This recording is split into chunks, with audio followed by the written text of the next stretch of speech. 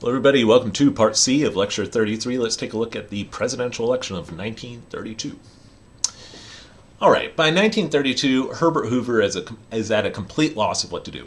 All right, he's tried everything as far as he can see it. Right, he's opposed to direct government relief to individuals. He doesn't like welfare, or anything resembling welfare, because from his perspective, it will just create a dependent class of people who are addicted to the government dole, and they'll become servants of the state. It's un-American. We don't want to have anything to do with it. However, Hoover still has an activist bent about him. He wants to foster cooperation between capital and labor.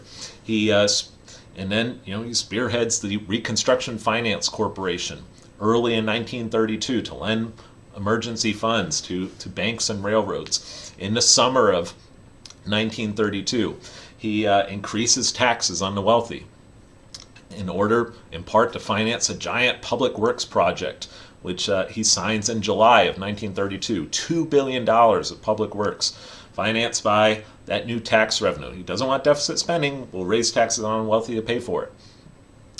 And so, Hoover, from his view, I'm trying everything I can. And, but look at that Dow. It's just, the stock market just totally collapsed.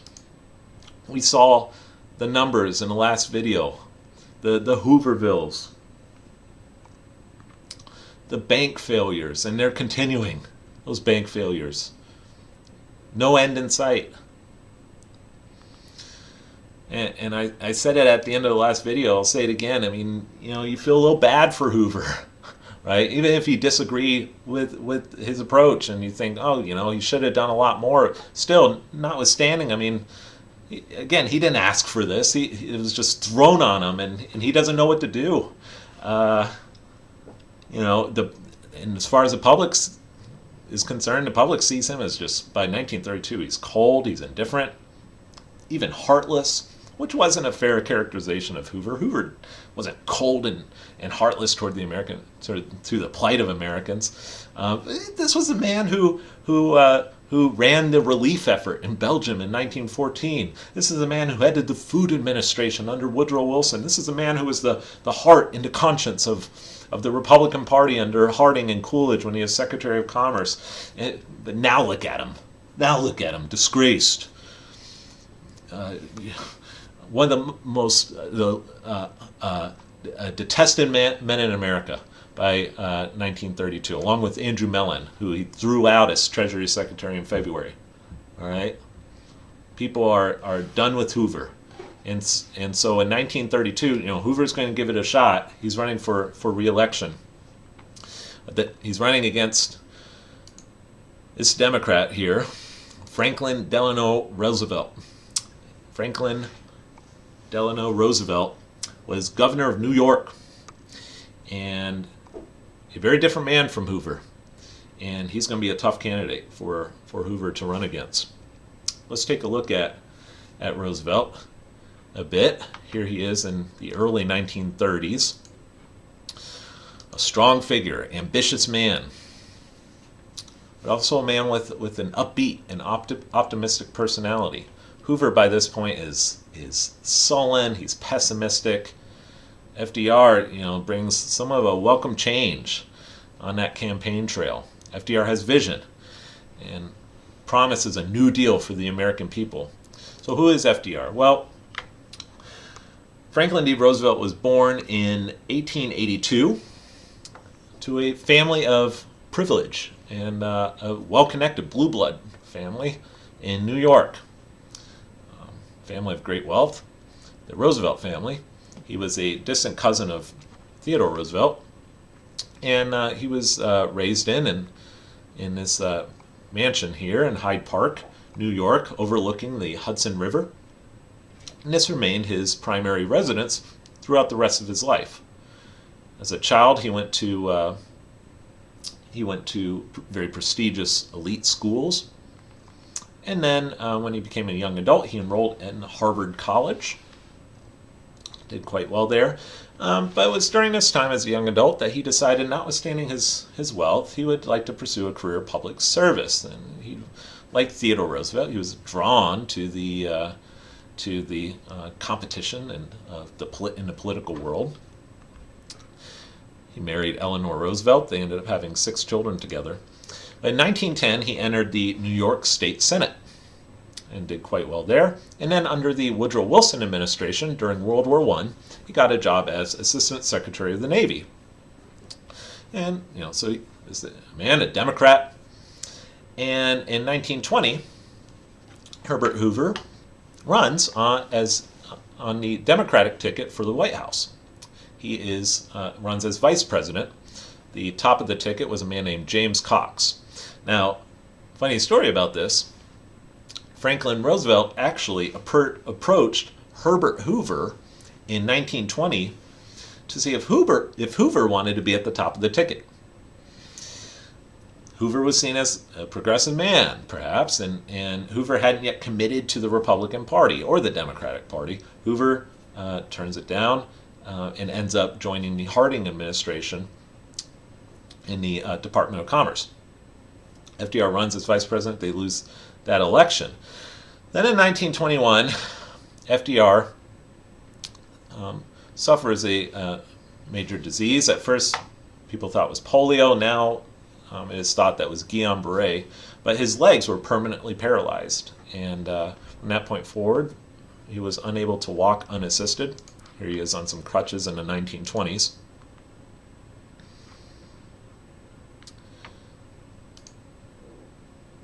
This was the Democratic candidate for president who lost to Calvin Coolidge in 1924.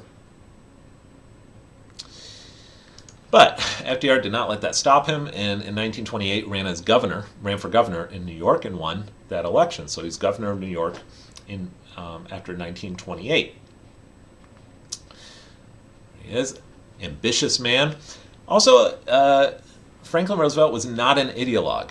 Right? He didn't have strong convictions about political philosophy or anything like that. He was a pragmatist. He said, I'm going to do what I need to do. Right? Whatever needs to get done, I'll do it. I'll accomplish it. Right? He didn't think in terms of abstract principles of government. Well, 1932, he runs for the Democratic ticket, gets the nomination. Here he is at the Democratic National Committee or Convention. And he gave a speech at the Democratic National Convention. First of all, he said, 1920s was a decade characterized by, quote, a vast cycle of building and inflation beyond our natural and normal growth. Corporate profit resulting from this period was enormous, though at that same time, little of the profit was devoted to the reduction of prices. The consumer was forgotten. Very little of it went into increased wages. The worker was forgotten. What resulted instead was a, quote, spell of delirious speculation on Wall Street. Now, you could scruple with some of this here. The consumer was forgotten. Well, there was more consumption in the 1920s than ever. It's hard to understand exactly what he's talking about there. Also, wages increased in the 1920s. Nevertheless, Roosevelt sees it as a decade that primarily benefited Wall Street and speculators, and now the country's paying for it. Now, Roosevelt offers the American people a, quote, New Deal. And Roosevelt doesn't quite define what that New Deal is. And actually, in fact, when he introduces this idea of a New Deal, at first, it's not capitalized. It's lowercase n, lowercase d. But very quickly, it becomes the name of his domestic program. But what it is exactly in 1932, people aren't quite yet sure. Roosevelt hints at a bit of it. For example, in the summer of 1932, Roosevelt says, for 3 long years I've been going up and down this country preaching that government, federal and state and local, costs too much. I shall not stop that preaching. As an immediate program of action, we must abolish useless offices. We must eliminate unnecessary functions of government, functions, in fact, that are not definitely essential to the continuance of government. Interesting quotation there from Franklin Roosevelt in his criticism of the current Hoover administration.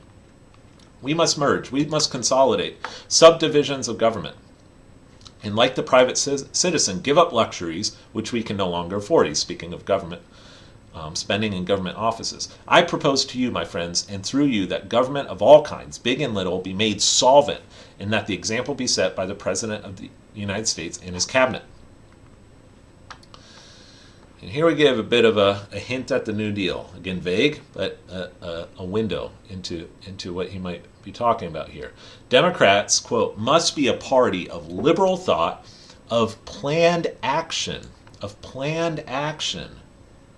enlightened international outlook. This perhaps is an allusion to the extraordinarily high protective tariff that was enacted in 1930, which the Democrats are critical of, and of the greatest good to the greatest number of our citizens. So planned action for the greatest good to the greatest number of our citizens.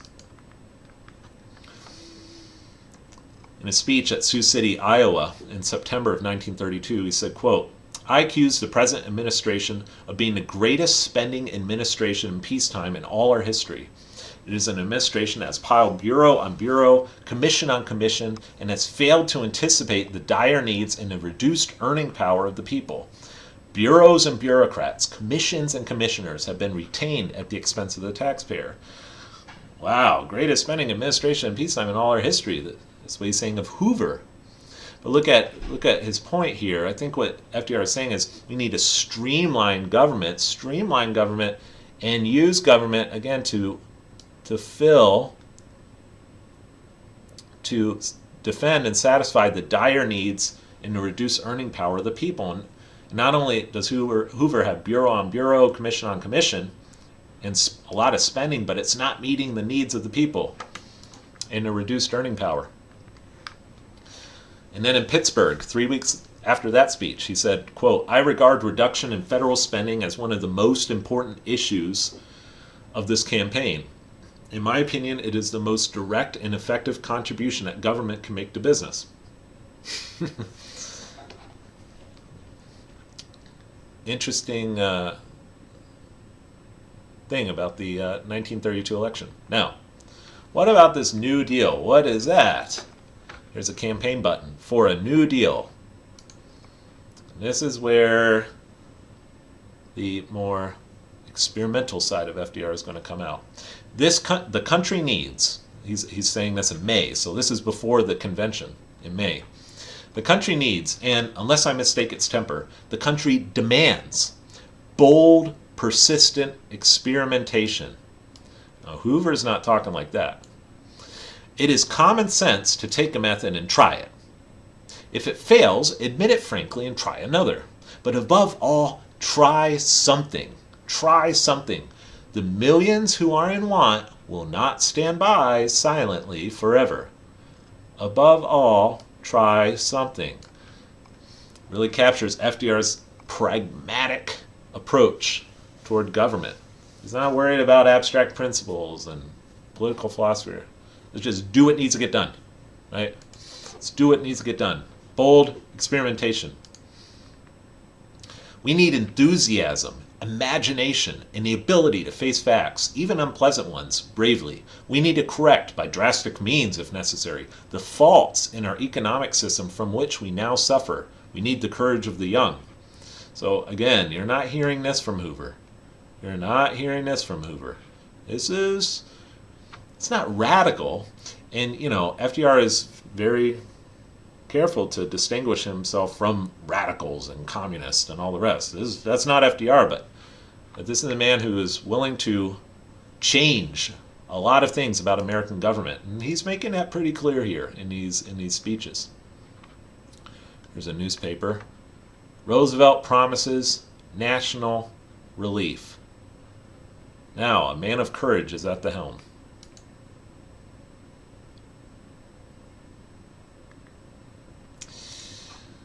And, so Americans are watching this man and oh, okay, right? This was a relief to Americans, even just his campaign, right? He brought, Roosevelt had an upbeat and optimistic personality about him, right? He was inspirational. He was charismatic.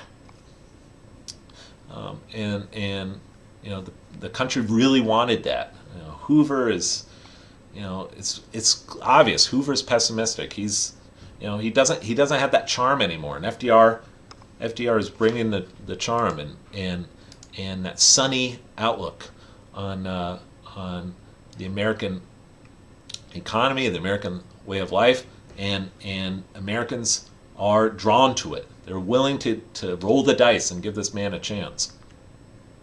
This is FDR a bit later in the mid-1930s, but again, a look into that personality that so many Americans fell in love with during the Great Depression.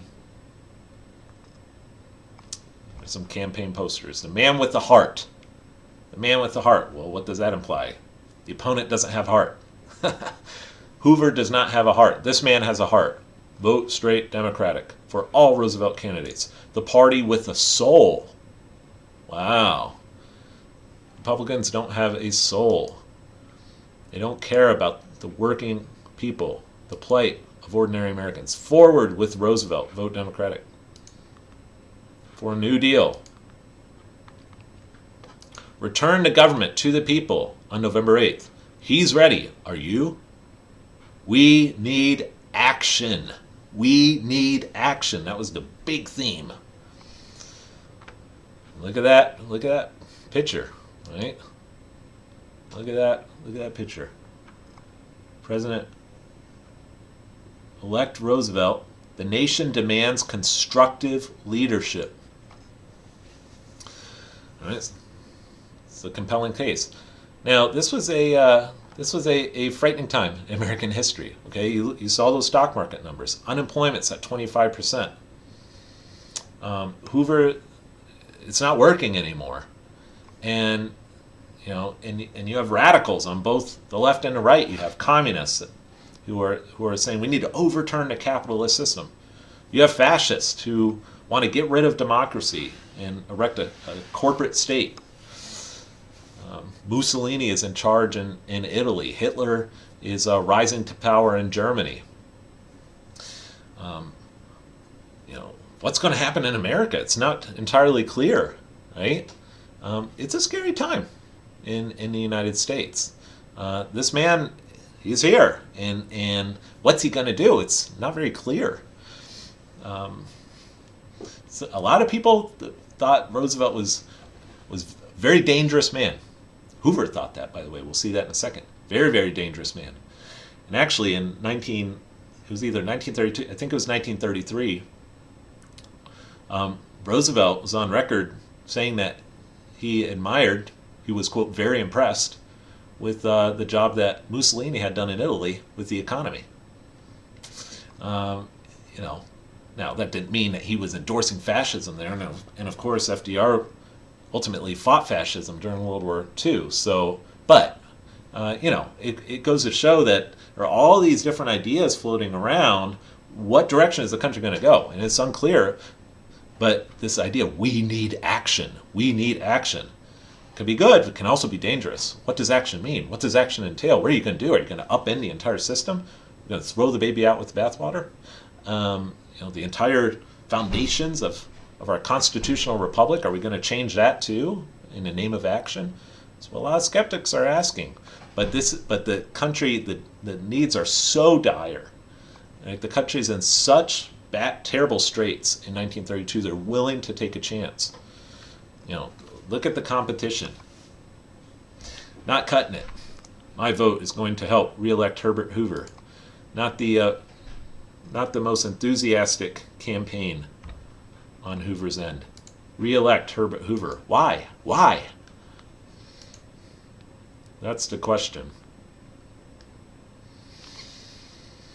Herbert Hoover makes a last-minute appeal to Americans to vote Republican and reject FDR. Herbert Hoover gives a speech in October of 1932. He says this: "This campaign is more than a contest between two men. It is more than a contest between two parties. It is a contest between two philosophies of government. We are told by the opposition that we must have a change, that we must have a new deal. It is not the change that comes from normal development of national life to which I object. He supports that. But the proposal to alter the whole foundations of our national life, which have been built through generations of testing and struggle, and of the principles upon which we have built the nation. Our opponents are appealing to the people in their fears and distress. They're proposing changes in so-called New Deals, which would destroy the very foundations of our American system, offering a glitter of promise. Changes which radically affect the whole system, which has been built up by 150 years of the toil of our fathers. The changes proposed are of the most profound and penetrating character. They are brought about. This will not be the America which we have known in the past. An American system founded on a conception that only through order, liberty, through freedom to the individual, only through those things will his initiative and enterprise be summoned to spur the march of progress. That's the American idea, Hoover says, and what FDR is proposing, these New Deals. It's not American. That's not the America that we grew up to. That's not the America that we inherited. Primary conception of this whole American system is not the regimentation of men, but the cooperation of free men. It is founded upon the conception of responsibility of the individual to the community, of the responsibility of local government to the state to the national government. It is founded on a peculiar conception of self-government designed to maintain this equal opportunity to the individual, and through decentralization, it brings about and maintains these responsibilities. The centralization of government will undermine responsibilities and will destroy the system, Hoover warns. This American system is founded on a conception that in times of emergency, so Hoover is conceding here, in times of emergency, when forces are running beyond control of individuals or other cooperative action, beyond the control of local communities and of states, then the great reserve powers of the federal government shall be brought into action to protect the community. Hoover says, I'll do that, okay? At first I was a little hesitant, I'll do it, okay? But when these forces have ceased, there must be a return of state, local, and individual responsibility. FDR is not going to return it back to pre-1929, Hoover says. This is going to change things forever if you vote FDR. The spirit of liberalism, Hoover says, is to create free men. It is not the regimentation of men. It is not the extension of bureaucracy. You cannot extend the mastery of government over the daily life of a people without somewhere making it master of people's souls and thoughts. Powerful commentary there. My conception of America is a land where men and women may walk in ordered liberty, where they may enjoy the advantages of wealth, not concentrated in the hands of a few, but diffused through the lives of all, where they build and safeguard their homes, give to their children full opportunities of American life. But that must be built upon our experience with the past, upon the foundations which have made our country great. It must be the product of our truly American system. FDR is importing this foreign idea, an idea that's alien to our great republic, Hoover argues. It's intellectual, that argument. Remember I said FDR is pragmatic. He's not ideological. Everything you see here is ideological, right? And people read the speech and are like, Hoover, look, man, we're struggling, okay? We're struggling. We can't even feed our families. We don't even have houses anymore that we can live in. We're out of work. And you're preaching to us about, political philosophy. It sounds good, Mr. President, but I'm sorry, it didn't work. All right? We're going to take a chance. The American people say, vote for Hoover. Don't change now. Well, again, not the most effective campaign. It's an elephant's job. No time for donkey business. U.S. and company. The GOP can do it. The Democrats, they can't handle it. Well, country disagreed. 1932, absolute landslide for Roosevelt. Look at that. This absolutely took over. Only 6 states went Hoover. New England minus Massachusetts, and then Pennsylvania and Delaware. Total blowout. Here's a county by county breakdown. Look at that.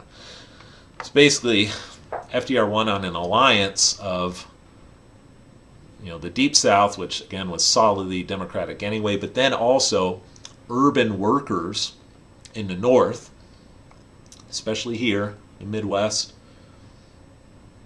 and in New York City, and then angry farmers in the West.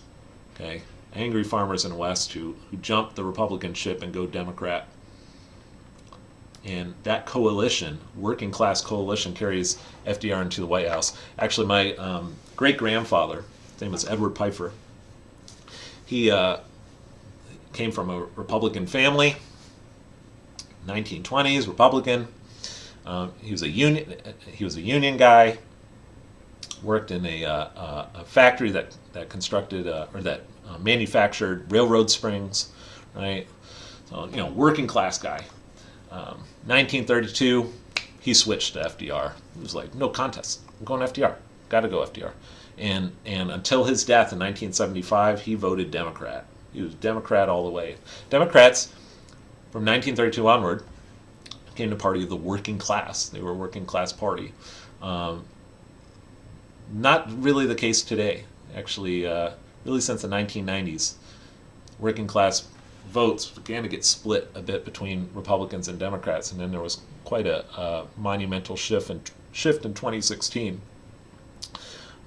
But won't go into contemporary politics. But yeah, Democrats cement the working class vote based on this idea. And my great-grandfather, huge FDR fan.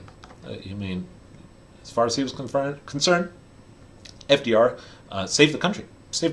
And so he remained a hardcore Democrat, working class Union Democrat the rest of his life. So monumental election, big election. What's he going to do? What's FDR going to do? Next time for Lecture 34, we're going to take a look at the New Deal. But what we're going to do, because the New Deal is so vast, we're just solely going to look at the banking acts, because there's some major banking and monetary reforms made during the New Deal. We'll take a look at that and we'll pick up there next time. So thank you for watching, and I'll see you then. Bye.